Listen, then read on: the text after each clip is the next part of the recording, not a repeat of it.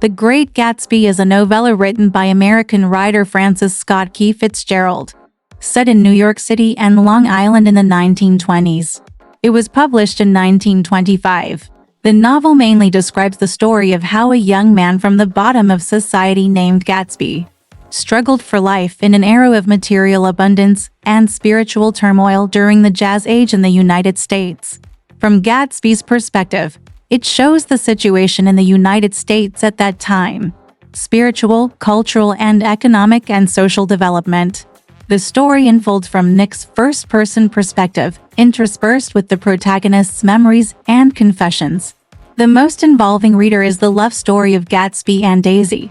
The Great Gatsby explores themes of decadence, idealism, reluctance to change, social unrest, and excess, and vividly paints a sobering portrait of the American dream and the roaring Jazz Age. Let's start with the language and writing style of this novel. There is a relaxed, playful, and smooth tone in the author's writing. There is no obstacle to reading, which should be a skill that a best-selling author is good at. The author has the ability to translate description into a sense of unparalleled beauty. His descriptions of scenery are as smooth and dense as Mozart's music. For example, he described the state of the curtains when the wind blew through a corridor with floor-to-ceiling windows at both ends. Then it gently blew over the crimson carpet, leaving a shadow, like the wind blowing on the sea. Without listing them one by one, the language throughout the article is like a soothing wind blowing all the way, which is very pleasant. Of course, the basic techniques of describing scenes to enhance the atmosphere can also be seen everywhere. His descriptions of characters are also very unique, with an impressionistic style of brushwork. He will accurately grasp the details and use his own feelings to depict the character's character. For example, Tom always pushes Nick around to show his strength and arrogance. This excellent writer's description of details is accurate and original, leaving readers with room to taste and leave more to be desired. The introduction of the protagonist Gatsby is a bit mysterious, and the writer is very good at whetting his appetite. He treated Gatsby like a swing outside the window, swinging in and out of sight from time to time. Why specifically write about Tom, Daisy, and his wife? I guess the author wants to start with the boring vanity that pervades the wealthy people in New York and let the unique Gatsby appear next. If the life of the rich described by the author in the first chapter of the book is still a bit soft like hot chocolate, then the second chapter is like a cup of bad coffee with a vulgar taste. Tom took Nick to meet his lover, a plump and artificial woman who was blatantly clever and secretly dated under her husband's nose. The experience of an afternoon was like a drama, which ended in a row.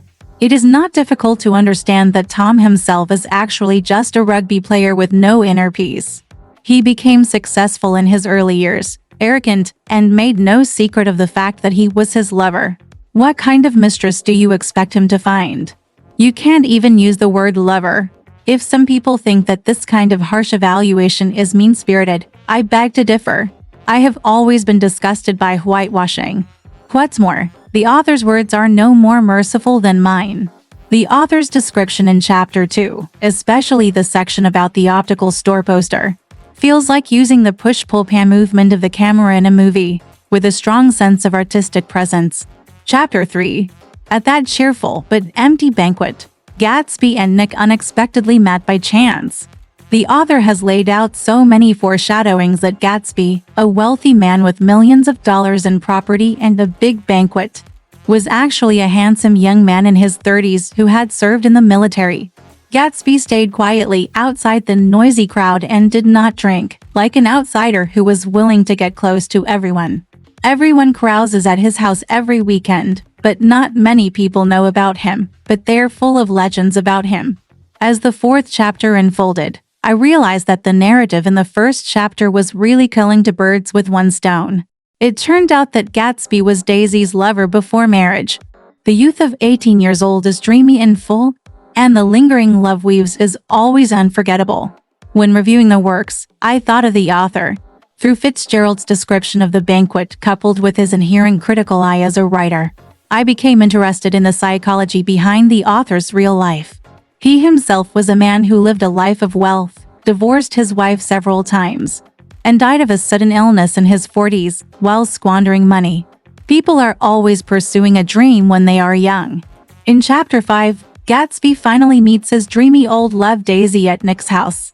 Gatsby showed Daisy his magnificent mansion and his various expensive and beautiful shirts. Men always show off like a peacock in front of the woman they love. Daisy actually buried her head in a pile of shirts and cried. Does she regret marrying her husband? I feel like Gatsby's actions are not at all what he said he was. A person who comes from a wealthy and well-educated family will not show off his wealth as often as he does, nor will he show off his wealth as openly as he does. The reading of this chapter feels like a novel written by Aunt Kyung Yao, with a sense of decoration and strong inner excitement permeating it. Everything has the flavor of an unreal popular novel. Love at a certain stage of life is like rum with ginger juice, making people intoxicated cup by cup. Dreams will slowly fade away after middle age, and tired nerves can no longer withstand the torment of wind and rain. Gatsby was only in his early 30s at this time, so he must have made sense. Chapter 6 talks about Gatsby's life experience. It turned out that he was a farmer's child and did not receive a complete higher education. He was only favored because he rescued a rich man, and thus learned the skills to make a fortune. Daisy's husband becomes aware of his wife's relationship with Gatsby and comes to visit. Gatsby hopes that Daisy will divorce her husband and be with him. In Chapter 7, Daisy tells her husband that she loves Gatsby now, but she also loved him before. On their way back from New York, Daisy accidentally kills her husband's mistress, Mrs. Wilson, with her car.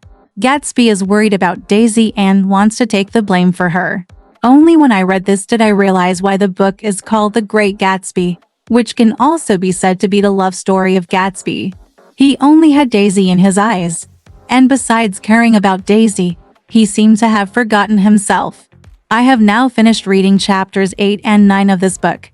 I think it is a well-deserved climax, like church bells suddenly ringing in a trance, and it echoes in the bottom of my heart.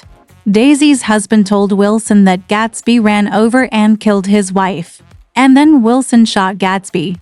Daisy did not come to Gatsby's funeral, nor did the guests who had enjoyed Gatsby's house in the past.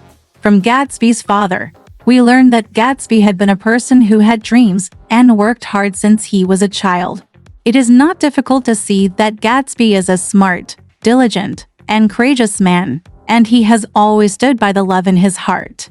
He can be called great. Of course, it was wrong for Daisy not to surrender, but it is probably unrealistic to ask her to firmly choose love, after knowing that Gatsby's wealth was obtained from improper channels. She got into trouble and left to protect herself, leaving Gatsby's body in loneliness. In fact, she was also an accomplice. When her husband framed Gatsby, they knew Wilson was carrying a gun. It makes me shudder to think about it. Gatsby's love only brought him death, and the selfishness and callousness of the person he loved. This kind of love is pure and blind.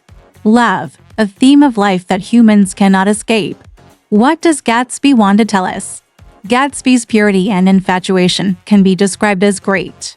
After reading the book, I still want to review some sentences from Chapter 8. He must have looked up at an unfamiliar sky through the terrible leaves and felt horrified, realizing at the same time what an ugly thing a rose is and how cruel the sunlight is on the newly emerged grass. When a person who uses his dreams to support his hard work, when he finally succeeds in standing in front of the woman of his dreams, but the background of this woman presented to him is selfish and materialistic. What does it feel like to have his dreams shattered? It is often said that women are infatuated. How do readers feel when they read about the infatuated Gatsby? This man in his own dream is pitiful and admirable. They're a bunch of bastards, I yelled across the lawn. A bunch of them put in a pile can't compare to you. I agree that characters with pure emotions are as hard to find in reality as finding a needle in a haystack. But Gatsby did it. A man did it. Is there anything more remarkable than this? The famous sentence at the end of the book. So, we rode forward hard. The boat going up against the current, kept going backwards, and entered the past. We have been moving towards our dreams all our lives. I hope that one day, we can say to ourselves, No matter what, I have never given up on the promise we made when we started, no matter whether we reach the end or not. This book talks about love, desire, wealth, dreams, and morality. It examines the true purity, hypocrisy, and empty luxury that Eastern cities lost in material pursuits. In the eyes of a Western American at the beginning of the 20th century, the reason why each character can stand up is due to the author's accurate description of the character's characteristics. The whole article is smooth and fast-paced, and it scans the so-called upper-class society in the United States during the Jazz Age. In my opinion, this girl is a diligent and talented writer. He has written numerous novels, and his writing style, conception, and ability to control novels are excellent. Through his pen, he left various scenes of American society after World War I in the world. This is the first Fitzgerald novel I've read. I don't know why, but I thought of Maugham. In terms of writing skills and depth of novel expression, the two are equally matched. Which category would you like to classify their novels? Popular, serious, classic? There seems to be a little bit of it. His novel, to me, is a bit like a well-made and blockbuster Hollywood blockbuster. It has exquisite pictures, an eye-catching plot, an easy-to-understand story, and some enlightenment on life and life. It is not an exaggeration to say that it is a masterpiece. However, it lacks some in-depth exploration of complex human nature and a profound philosophical discussion of life. It is a bit superficial and lacks the brilliance that can only shine from within after being polished in many layers like a diamond. Fitzgerald also has many good novels. I will read more when I have time. After all, it is not a strenuous task. I like his wonderful descriptions and tightly integrated ideas, which can be said to be a feast for the eyes. Alright, this story has come to an end. If you liked it, please give it a thumbs up. Thank you.